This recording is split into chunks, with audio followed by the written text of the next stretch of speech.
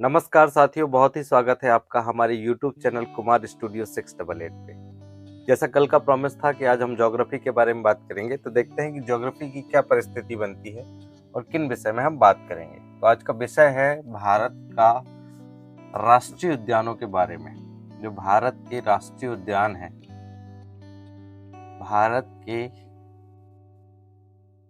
राष्ट्रीय उद्यान एवं अभयारण्य। भारत के राष्ट्रीय उद्यान और अभयारण्य देखेंगे। इसके बाद मध्य प्रदेश हम सिलसिलेवार राष्ट्रीय उद्यान और अभयारण्य के बारे में चर्चा करेंगे। एक एक क्वेश्चन जो कंपटीशन एग्जाम में पूछा जाता है उन सब का हम रिव्यू करेंगे कि क्या क्वेश्चन हो सकते हैं जो अभी तक के लेवल के रहे हैं, एमपीपीएससी, यूपीएससी और जो स्टेट लेवल के एग्जाम होते हैं उनमें। तो देखेंगे भारत के राष्ट्रीय उद्यान और अभयारण्य, ये दो शब्दों से यहाँ पर मेंशन हो रहा है, एक है उद्यान और एक है अभयारण्य। पहले हम ये दो शब्द की मीनिंग समझ लेते हैं कि उद्यान और अभयारण्य क्या होते हैं। तो आप सीधी भाषा में समझिए, मुझे भी कल तक ये नहीं पता था। मैंने इतनी सारी पुस्तक पढ़ा, इसके बाद भी कभी पता मुझे नहीं चला आज तक। लेकिन कल मैं एक पुस्तक पढ़ रहा था, उसमें मेरे को ये बात समझ में आई, उद्यान और अभयारण्य को इनके बीच में एक लाइन में अगर डिफरेंस करना हो तो हम किन परिस्थितियों में किस आधार पे कर पाएंगे। तो देखेंगे जो उद्यान और अभयारण्य, इन दोनों के बीच क्या अंतर होता है। तो जो उद्यान होते हैं इसमें मनुष्य से संबंधित जितनी भी गतिविधि होती है वो पूर्णतः प्रतिबंधित होती है। यानी इसमें मनुष्य जो हो अपनी जो गतिविधि होती है वो पूर्णतः प्रतिबंधित हो जाती है। यानी यहाँ से वो किसी प्रकार के उत्पादों का प्रयोग नहीं कर सकता। घास लेके आना, सूखी लकड़ियां लेके आना अपने घर को चलाने के लिए या और दूसरे काम करने के लिए, तो ये राष्ट्रीय उद्यान की विशेषता हो गई कि राष्ट्रीय उद्यान उन्हें कहेंगे जिसमें मनुष्य से संबंधित गतिविधि पूर्णतः प्रतिबंधित होती हो। अभयारण्य किसे कहेंगे? दूसरा शब्द है अभयारण्य। तो अभयारण्य जो होता है इसमें मनुष्य से संबंधित जितनी भी गतिविधि होती है वो प्रतिबंधित तो होती है, लेकिन साथ में कुछ छूट दे जाती है। वो छूट रहती है जैसे घास लेके आना, लकड़ी लेके आना, स्थानीय पशुओं को वहां पर ले जाके जंगल में ले जाके चाराहट कराना या चराना। तो ये जो छूट है वो मनुष्यों को प्रदान कर दी जाती है। तो देखिए दो अंतर हमने समझा इसमें। पहला है राष्ट्रीय उद्यान के बीच और अभयारण्य के बीच में दो मुख्य अंतर हमने समझे। और इसी से एक लाइन में अगर आपसे पूछा जाए कि राष्ट्रीय उद्यान और अभयारण्य को आप डिफाइन करिए, तो आप बेहतर तरीके से बता पाएंगे कि राष्ट्रीय उद्यान में जो होता है मनुष्य से संबंधित गतिविधि पूर्णतः प्रतिबंधित होती है, और वहीं जो अभयारण्य होते हैं इसमें मनुष्य से संबंधित गतिविधियां प्रतिबंधित होती है, लेकिन कुछ हद तक इसमें रिलीफ दे दिया जाता है या छूट दे दी जाती है। तो आपने एक बात गौर की होगी कि जितने भी भारत में या मध्य प्रदेश में राष्ट्रीय उद्यान बने हैं वो सभी कभी न कभी कहीं ना कहीं अभयारण्य थे। उद्यान बनने से पहले अभयारण्य थे। इससे क्या अर्थ निकाल रहे हैं? इससे ये अर्थ निकाल रहे हैं कि पहले जो शासन होती है, सरकार होती है, वहां के स्थानीय लोगों को अपने पक्ष में करती है कि देखिए भाई, हम आपके जंगल को राष्ट्रीय उद्यान की श्रेणी में तो वो डायरेक्ट बोल नहीं सकते, तो बोलेंगे हम अभयारण्य बना रहे हैं। इसमें फायदा ये होगा कि आपको रोजगार मिलेगा, आपको तरह तरह की चीजों का जो उत्पाद होगा वो आपको मिलेगा। आप यहाँ पर जो पर्यटक आएंगे उन पर्यटकों के लिए होटल्स और तमाम चीजें सुविधाएं बनाई जाएगी जिसमें आपकी भी हिस्सेदारी सुनिश्चित की जाएगी। ये प्रलोभन देख के अभयारण्य के लिए वे एग्री कर जाते हैं स्थानीय लोग। लेकिन जब 5 साल 10 साल के बाद में वो उसको राष्ट्रीय उद्यान की श्रेणी में रख देते हैं ताकि जो स्थानीय लोग हैं उसका विरोध ना कर पाए और वो कन्वर्ट हो जाए डायरेक्टली उद्यान में। ये सरकार की छोटी सी रणनीति रहती है। तो आपने जो भी राष्ट्रीय उद्यान देखे होंगे वो कहीं ना कहीं पहले राष्ट्रीय अभयारण्य थे या अभयारण्य की कैटेगरी में आते थे। बाद में सरकार ने उनको राष्ट्रीय उद्यान की श्रेणी में रख दिया। तो राष्ट्रीय उद्यान की श्रेणी में क्या होगा? पूर्णतः प्रतिबंध लग जाएगा, अभयारण्य में कुछ हद तक छूट मिल जाएगी। तो ये मुख्य दोनों अंतर हमने समझा। तो देखेंगे भारत में कितने राष्ट्रीय उद्यान हैं। तो भारत में अभी जो राष्ट्रीय उद्यानों की संख्या है 104। अगर पेन कॉपी ना हो तो अब नोट करते चले, मैं आपको पॉइंट टू पॉइंट नहीं लिखाऊंगा, इसी तरीके से समझाऊंगा। तो भारत में जो राष्ट्रीय उद्यानों की संख्या है अभी वो है 104। वहीं अगर अभयारण्य की बात करें तो अभयारण्य की जो संख्या है वो है 551। एक बार फिर से रिपीट कर दें, भारत में राष्ट्रीय उद्यानों की संख्या 104 है और अभ्यारण्यों की संख्या 551 है। अब क्वेश्चन ये आता है कि भारत में राष्ट्रीय उद्यान सबसे पहला कौन सा बना, यहाँ से भी क्वेश्चन निकल के आ जाता है। तो देखेंगे कि भारत में जो सबसे पहला राष्ट्रीय उद्यान बना था, हैली राष्ट्रीय उद्यान था। हैली राष्ट्रीय उद्यान भारत का सबसे पहले बनने वाला जो था वो उद्यान था। तो हैली राष्ट्रीय पार्क या उद्यान हम कहेंगे जो पहली बार सबसे पहले बनाया गया था। तो इसका डेट सन अगर पूछा जाएगा तो आपको बताना है 1936। 1936 में हैली राष्ट्रीय उद्यान को एक पार्क के रूप में घोषित कर दिया गया था। ये हैली नाम कैसे पड़ा, जो मैं इसमें बता देता हूँ कि जो हैली नाम है उस समय के मलकान सिंह हैली, मलकान सिंह हैली एक राज्यपाल होते थे उस जमाने में, अंग्रेज का शासन व्यवस्था भारत पे थी तब, तो उनके नाम पे इसका नाम हैली राष्ट्रीय उद्यान पड़ा था। अब चूंकि भाई राजनीतिक लोग हैं तो उनके नाम पे तो जरूरी है कि कोई स्मारक बनाया जाए, कोई ऐसी चीजें बनाया जाए जिससे लोग उन्हें लंबे समय तक याद रखें, तो उनके नाम से ये बना दिया गया था हैली राष्ट्रीय पार्क।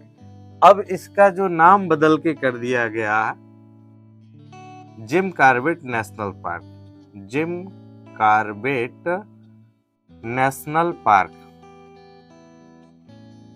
इसका दूसरा नाम हो गया जिम कॉर्बेट नेशनल पार्क। ये उसका पहला नाम हो गया हैली राष्ट्रीय उद्यान। अब इसी का नाम बदल के कर दिया जिम कॉर्बेट राष्ट्रीय उद्यान, इसका दूसरा नाम कर दिया। नाम ही बदल रहे हैं, व्यवस्थाएं नहीं बदल रही है, सरकार सिर्फ नाम ही बदल रही है। तो देखिए जिम कॉर्बेट नेशनल पार्क कर दिया। अब जिम कॉर्बेट कौन व्यक्ति था? जिम कॉर्बेट वो भारतीय मूल का व्यक्ति था जिसके मम्मी पापा तो ब्रिटिश के थे, लेकिन वो पैदा यहीं हुआ था इंडिया में, और वो इतना आदमखोर बाघों का शिकारी हुआ और उसने बहुत सारे शिकार किए, लेकिन उसका मन परिवर्तन हो गया। जैसे अशोक का मन परिवर्तन हो गया था कलिंग विजय के बाद में, उस तरीके से इसका मन परिवर्तन हो गया और ये फिर क्या हो गया, वन्य जीव का संरक्षण करने लगा। तो इसी के नाम पे ये नेशनल पार्क कर दिया गया जिम कॉर्बेट नेशनल पार्क, इसका नाम दूसरा हो गया। अभी तीसरा नाम परिवर्तन की योजना चल रही है सरकार की, हो सकता है आने वाले समय में आपको इस पार्क का नया नाम आपको रामगंगा नेशनल पार्क, आपको रामगंगा नेशनल पार्क,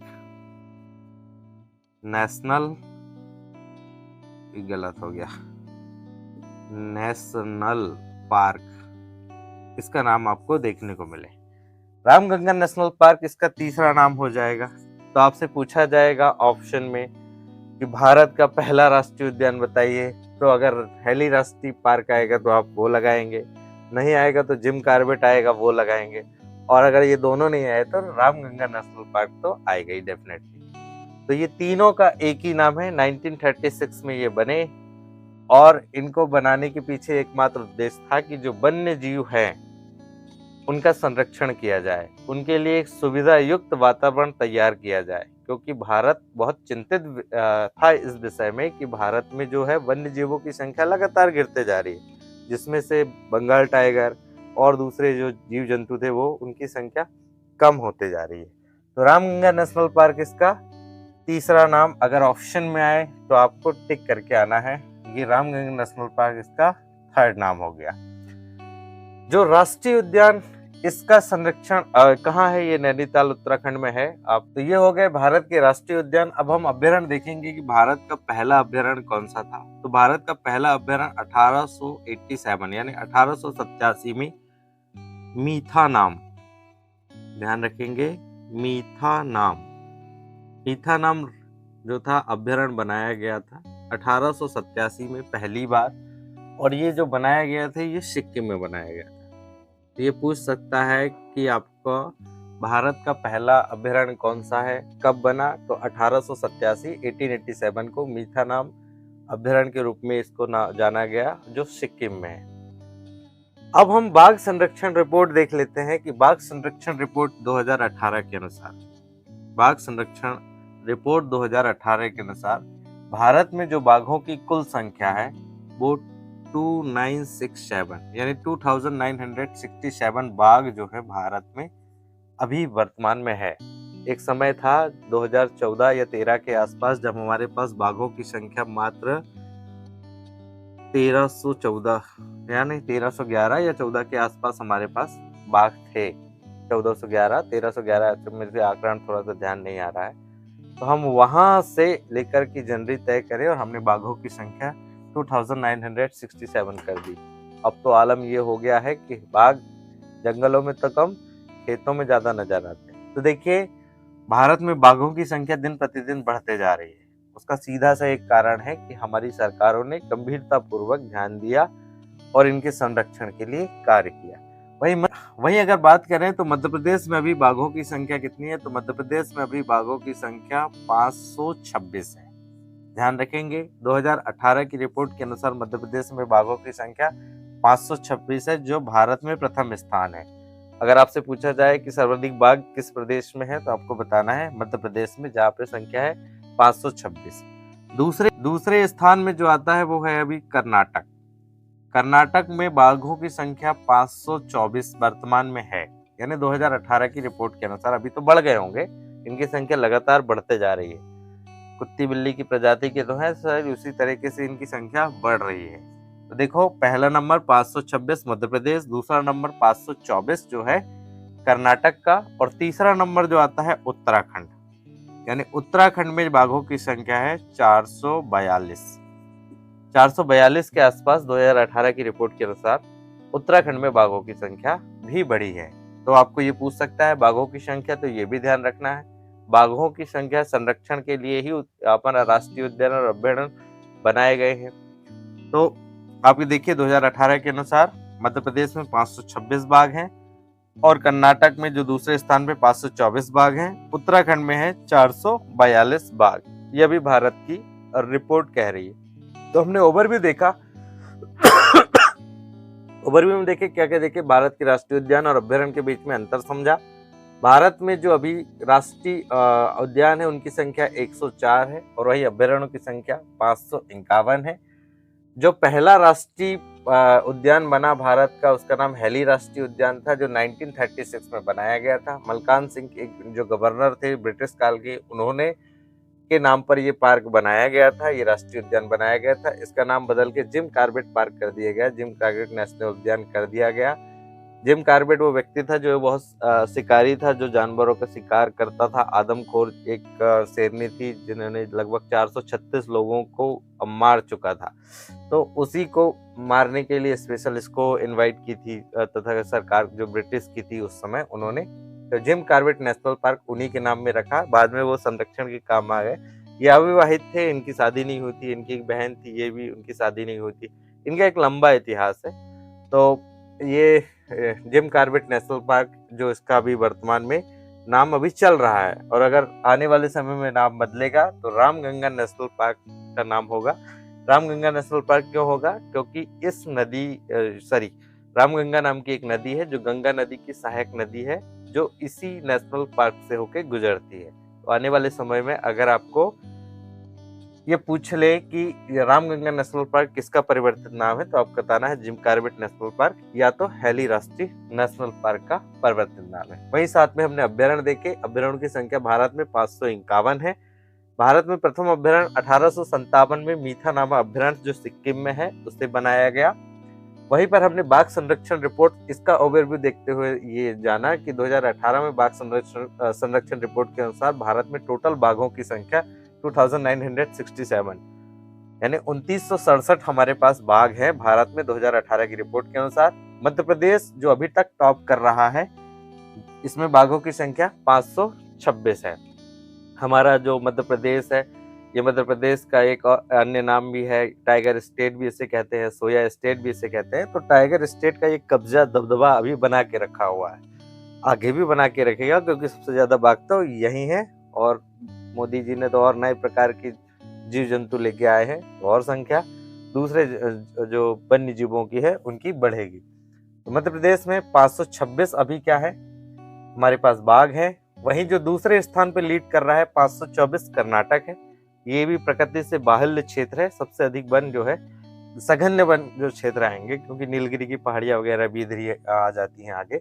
उत्तराखंड जो है थर्ड नंबर पे है, जिसमें 442 बाघ की संख्या अभी लगभग वहां है।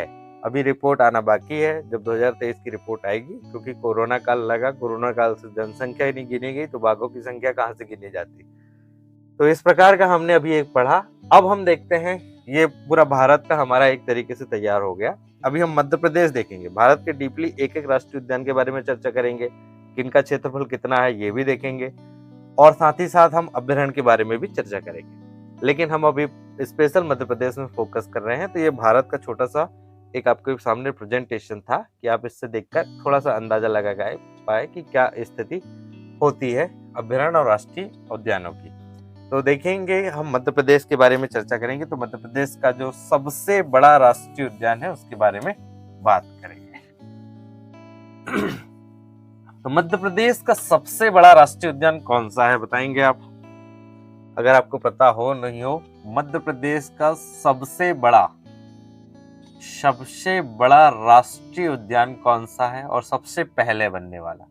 मध्य प्रदेश का सबसे बड़ा और सबसे पहले बनने वाला जो राष्ट्रीय उद्यान है उसका नाम है कान्हा राष्ट्रीय उद्यान। कान्हा राष्ट्रीय उद्यान ये कहाँ आता है? ये कान्हा राष्ट्रीय उद्यान 2 जिलों की सीमाओं को, या 2 जिले में आता है। एक है मंडला और दूसरा है बालाघाट। मंडला और बालाघाट 2 जिलों में कान्हा राष्ट्रीय उद्यान फैला हुआ है। इसका जो वर्ग क्षेत्रफल की हम बात करें तो 940 वर्ग किलोमीटर क्षेत्रफल में ये फैला हुआ है। देखिए, 940 वर्ग किलोमीटर क्षेत्र बहुत बड़ा विस्तृत क्षेत्र है। इतना बड़ा क्षेत्र है कि जो वन्य जीव है, उन वन्य जीवों को आसानी से रहने के लिए सुविधा उपलब्ध हो पाए, पानी की व्यवस्था, खाने की व्यवस्था, या वन्य जीवों के आपस में जो शिकार करते हैं उनकी व्यवस्था हो पाए, इसलिए इतना बड़ा क्षेत्र है। और ये भारत का क्षेत्रफल की मध्य प्रदेश का क्षेत्रफल की दृष्टि से सबसे बड़ा राष्ट्रीय उद्यान है। अगर आपसे पूछे कि ये कहाँ है, तो बालाघाट और मंडला जिले में आता है। ऑप्शन में अगर दोनों रहे, बालाघाट भी आ गया और मंडला भी आ गया, तो आपको मंडला लगाना है कि ये मंडला में, क्योंकि इसका अधिकांश क्षेत्र मंडला जिले में है। बालाघाट जिले में कम है, मंडला जिले में है। कान्हा राष्ट्रीय उद्यान की उत्तर की ओर मंडला है। वहीं अगर हम इसके पूर्व की बात करें तो इसके जो है बालाघाट जिला इसमें आ जाता है। तो आगे हम देखते हैं कि इस राष्ट्रीय उद्यान की कहानी क्या होती है। तो कहानी इसकी आती है 1889 से। 1889 वो समय था जब भारत में अंग्रेजी शासन व्यवस्था थी। आप सभी को पता है कि हम आजाद हुए 15 अगस्त 1947 को। अभी हमारा वो लेक्चर रह गया है, उसे कंप्लीट करना है। तो 1889 में जब भारत में अंग्रेजों की शासन व्यवस्था थी, तो इन्होंने सबसे पहले कान्हा राष्ट्रीय उद्यान ना बनने से पहले इसको हमने संरक्षित वन कहा। संरक्षित वन 1889 में अंग्रेजों ने कहा कि ये संरक्षित वन है। आज तो मध्य प्रदेश में जितने भी वन हैं वो सब संरक्षित हैं। इवन अगर आपके खेत में कोई पेड़ लगा है तो वो भी संरक्षित वन या संरक्षित पेड़ की कैटेगरी में आएगा। आप उसे काट नहीं सकते। अगर काटोगे तो राष्ट्रीय नीति के अनुसार आप उसकी बात करना बेकार है। तो देखेंगे कि 1889 में इसे संरक्षित किया गया, संरक्षित वन कहा गया। यानी ये जो वन होंगे ये संरक्षित होंगे और इनका प्रयोग सिर्फ और सिर्फ अंग्रेज कर पाएंगे। यानी ये 1910 तक, 1910 तक अंग्रेजों ने इसे अपना शिकार का अड्डा बनाया था। यानी यहाँ पर वो अकेट करने आते थे, शिकार करने आते थे जो जंगली जानवर होते थे। मनोरंजन के साधन बेहद कम थे और उन साधनों के बीच में मनोरंजन चाहिए था, तो उन्हें से पशु पक्षियों को, जंगली जानवरों को मारने में उन्हें खुशी मिलती थी। तो देखिए 1889 से लेकर के 1910 तक इन्होंने यहाँ पर शिकार किया। आगे कहानी आती है 1932 की। 1932 और 33, 1932 और 33 में, 1932 और 33 में इसको अभय वन बनाया गया। अभय वन।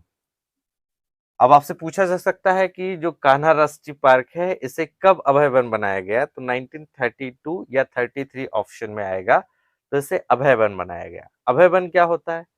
अभय वन किसे कहते हैं? अभय वन आप नाम से स्पष्ट है, जिसमें जाने से भय ना हो, मनुष्य उसमें जाए तो वो उनको भय ना लगे, या जो जानवर अगर मनुष्यों के बीच में वहां पर आ जाएं तो उन्हें भी भय ना लगे, यानी दोनों को एक दूसरे से भय ना हो, उसे कहेंगे अभय वन। यानी दोनों के लिए सुरक्षित वातावरण मुहैया कराने के लिए इसे 1932 और 33 में अभय वन को घोषित कर दिया गया। आगे ये आता है थोड़ा बढ़ की कहानी आगे आती है 1952 को। 1952 में हम आजाद हो चुके थे और पहली सरकार हमारी बन चुकी थी। उस समय हमें इसने अभ्यारण्य बनाया, अभ्यारण्य के रूप में इसे बनाया। तो आपसे सन पूछ सकता है कि कान्हा राष्ट्रीय पार्क को अभ्यारण्य कब बनाया गया, तो 1952 को इसे अभ्यारण्य बना दिया गया था। कहानी आगे आए और आपसे पूछे कि इसे राष्ट्रीय पार्क कब बनाया गया, तो 1955 वो सन था जब इसे राष्ट्रीय पार्क बना दिया गया था या राष्ट्रीय उद्यान बना दिया था। तो राष्ट्रीय उद्यान कब बना, राष्ट्रीय उद्यान बना 1955 को। 1955 वो समय था जब इसे राष्ट्रीय पार्क बना दिया गया था और इसे हमने भारत के संरक्षित वनों में शामिल कर लिया था कि अब ये वन होगा जिसे हम राष्ट्रीय उद्यान के रूप में विकसित करेंगे। 1955 को इसे राष्ट्रीय पार्क बना दिया गया। अब कहानी आगे आती है 1972 और 73 को। इसे बायोस्फीयर रिजर्व पार्क घोषित किया गया। बायोस्फीयर रिजर्व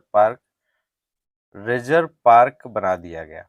रिजर्व पार्क क्या होता है साथियों? रिजर्व पार्क उसे कहते हैं कि जिसमें हम बाघों का संरक्षण कर पाए, उसे हम रिजर्व पार्क कहते हैं। तो आपसे पूछा जाएगा कि 19 इसको रिजर्व पार्क कब बनाया गया, 1972-77 में से बायोस्फीयर रिजर्व पार्क बनाया गया था। भारत का सॉरी मध्य प्रदेश का ये पहला नेशनल पार्क था जिसे बायोस्फीयर रिजर्व में शामिल किया गया था सबसे पहले। 72 और 73 की कहानी ये बनती है बायोस्फीयर रिजर्व पार्क की। इस राष्ट्रीय उद्यान ने अपना शुभांकर जारी किया 2017 में, और 2017 में जिस व्यक्ति के द्वारा शुभांकर बनाया गया था उसका नाम था रोहन चक्रवर्ती। रोहन चक्रवर्ती जो व्यक्ति था, इसने शुभांकर जारी किया था 2017 में। भारत का पहला राष्ट्रीय उद्यान है कान्हा राष्ट्रीय उद्यान, जिसने अपना शुभांकर जारी किया, जिसमें उस शुभांकर का नाम था भूरसिंह द बारासिंगा। ये जो था शुभांकर जारी किया 2017 में रोहन चक्रवर्ती के द्वारा भूरसिंह द बारासिंगा नाम से शुभांकर जारी कर दिया गया। मध्य प्रदेश में अगर कोई राष्ट्रीय उद्यान है जिसमें सबसे ज्यादा बारासिंगा है तो ये वही है जिसका नाम है कान्हा राष्ट्रीय पार्क, जिसमें सबसे ज्यादा आपको बारासिंगा मिलेंगे। और ये बारासिंगा की ये विशेषता है कि यहाँ पर जो है ब्रेडरी प्रजाति के बारासिंगा यहाँ पर पाए जाते हैं। और जो शुभांकर जारी हुआ है ये इसी की प्रजाति का एक नाम दिया इसको भूरसिंह द बारासिंगा जो था, इसका शुभांकर जारी किया रोहन चक्रवर्ती ने 2017 में। तो आपसे पूछा जा सकता है कि कब जारी हुआ, तो आपको बताना है कि 2017 में रोहन चक्रवर्ती के द्वारा शुभांकर जारी कर दिया गया। आगे एक बात आती है कि इस राष्ट्रीय उद्यान की जो विशेषता है, इस राष्ट्रीय उद्यान की क्या विशेषता है कि इसमें दो घाटियां फेमस है। एक है बंजर घाटी और एक है हेलो घाटी। आपसे पूछा जा सकता है कि हेलो घाटी और बंजर घाटी कहाँ है, तो आपको बताना है कि हेलो घाटी और बंजर घाटी कान्हा राष्ट्रीय पार्क में है। अब अगर आप घूमने जाएंगे तो ये दो घाटी बड़ी फेमस है और यहाँ जाइएगा। इसमें मध्य प्रदेश सरकार अमेरिका की जो नेशनल पार्क एजेंसी है उसकी सहायता से बहुत अच्छा डेवलप किया है, और जो सैलानी आते हैं वो भी यहाँ पर बहुत खुश होके जाते हैं। इसके हालांकि रेट ज़्यादा है, आप जाएंगे तो आपको ऑनलाइन भी टिकट है इसकी अवेलेबल, आप अगर जाएंगे तो आपको पता चल जाएगा। साथ ही हम देखेंगे कि मध्य प्रदेश का पहला नेशनल पार्क है जिसमें हवाई पट्टी की सुविधा है। हवाई पट्टी की सुविधा देने वाला मध्य प्रदेश का पहला राष्ट्रीय उद्यान है कान्हा राष्ट्रीय उद्यान। ये भी आपको साथ में इसमें ध्यान रखना है। साथ में इसमें योजना चल रही है जंगल गलियारा जो है योजना इसमें प्रस्तावित है, शायद चालू भी हो गई होगी। जंगल गलियारा योजना है। जंगल गलियारा की योजना क्या है जो दो राष्ट्रीय उद्यानों को आपस में जोड़ दे, है ना, उसे जंगल गलियारा योजना कहेंगे। तो इसको किसके साथ जोड़ा है? बांधवगढ़, बांधवगढ़ राष्ट्रीय उद्यान के साथ में जोड़ा गया है जंगल गलियारा योजना के अनुसार। तो इसमें आपने देखा कि इतने ही जो क्वेश्चन है, इनसे ही क्वेश्चन निकलते हैं और इन क्वेश्चनों में ही हमको फंसा दिया जाता है। इस राष्ट्रीय उद्यान में ज्यादा याद रखने की जरूरत नहीं है। पहला हम देखेंगे कि कान्हा राष्ट्रीय उद्यान मंडला जिला और बालाघाट में आता है। दो जिलों में से अगर कोई एक जिला आएगा तो आपको टिक करना है और दोनों साथ में आएगा तो मंडला जिला लगाना है, क्योंकि इसका जो क्षेत्रफल है मंडला जिले में सबसे अधिक है। संरक्षित वन इसे 1889 में जो अंग्रेज ब्रिटिश गवर्नमेंट थी उसने घोषित कर दिया था। 1910 तक ये शिकार के लिए इसका प्रयोग कर रहे थे। 1932 और 33 में से अभय वन घोषित कर दिया गया। अभय वन वो होता है जिसमें किसी प्रकार का भय ना हो, न जानवरों को न मनुष्यों को। 1952 में इसे अभयारण्य घोषित कर दिया जाता है, अभयारण्य बनाया जाता है। मैंने आपको पहले भी बताया था कि अभयारण्य क्यों बनाए जाते हैं, स्थानीय लोगों को विश्वास में लाने के लिए, है ना। तो अभयारण्य बना दिया गया इसे 1952 में। 1955 में इसे राष्ट्रीय पार्क बना दिया गया, जो कान्हा राष्ट्रीय पार्क के रूप में जाना जाता है। तो आपको पूछेगा, अगर डेट भी पूछे तो आपको बताना है 1 जून। 1 जून जो थी वो 1955 में इसे राष्ट्रीय पार्क था वो घोषित कर दिया गया। 1972 और 73 में बायोस्फीयर रिजर्व पार्क इसको घोषित किया गया। रिजर्व पार्क वो होता है जिससे बाघों का संरक्षण किया जाए। मध्य प्रदेश में सबसे ज्यादा सघनतम अगर बाघों की संख्या है तो इसी राष्ट्रीय उद्यान में आपको मिलेगी। 2017 में रोहन चक्रवर्ती एक व्यक्ति हुआ जिसने भूर सिंह द बारहसिंगा नाम का टाइटल दिया। इसने एक लोगो दिया। इसने ब्रेडरी प्रजाति का जो बारहसिंगा है उसका लोगो बनाया और उसमें उसने इस राष्ट्रीय उद्यान के बारे में बताया कि आज से हमारी ये पहचान होगी। तो ये भारत का पहला आपका वो देने वाला था, लोगो देने वाला था और इसका नाम दिया उसने भूर सिंह दी बारहसिंगा। इसमें दो चीजें फेमस है, एक है बंजर घाटी और एक है हेलो घाटी। बंजर घाटी और हेलो घाटी जो है वहाँ की बहुत खूबसूरत जो है दर्शनिक स्थल है, जो पर्यटक वहां जाके उनका मन मोह लेती है। इस प्रकार की यहाँ पे घाटियां, अगर आप जाइए तो आपको पता लग जाएगा, बहुत फेमस। और क्वेश्चन में पूछा जाता है हेलो घाटी और बंजर घाटी कहाँ है, तो आपको बताना है कान्हा राष्ट्रीय उद्यान में है। मध्य प्रदेश का पहला हवाई पट्टी देने वाला ये राष्ट्रीय उद्यान था और अभी तक का एकमात्र है जो यहाँ पर अपना खुद का हवाई पट्टी बनाई हुई है। जंगल गलियारा योजना इसी राष्ट्रीय उद्यान में प्रारंभ है। जंगल गलियारा योजना वो होती है जिस योजना के तहत हम एक राष्ट्रीय उद्यान को दूसरे राष्ट्रीय उद्यान से जोड़ सकते हैं। तो इसको किसके साथ जोड़ा गया है? बांधवगढ़ राष्ट्रीय उद्यान के साथ जोड़ा गया है। तो इन्हीं क्वेश्चनों को आप ध्यान रखना है और इसी से आपको क्वेश्चन बना के देगा, तो आपको घबराने की जरूरत नहीं है। इसको एक बार सिलसिले नजरों से एक बार आप नोट कर लेंगे। क्योंकि मेरी राइटिंग बेहद खराब है तो मैं ठीक से लिख नहीं पाता, समझाने का थोड़ा है कि मैं समझा सकता हूँ। तो ये आपने देखा, इसको आप नोट डाउन कर लें, वीडियो को रिवाइंड करें। अगर आपको ये वीडियो अच्छा लग रहा है तो और आप चाहते हैं कि इस वीडियो को शेयर करें तो you can share it on your friends and family members. Thanks for watching. Good bye.